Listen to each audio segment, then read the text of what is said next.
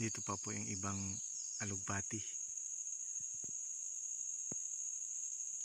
Kukuha tayo mamaya pang ulam. Ito po.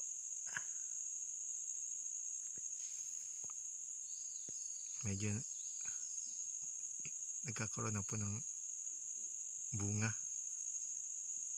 Hayaan lang po natin para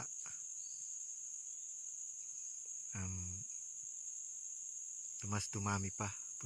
Pag nahulog po yung mga bunga na yan, tutubo ulit para mas dumami yung alugbati natin. Ito po, gandang tingnan.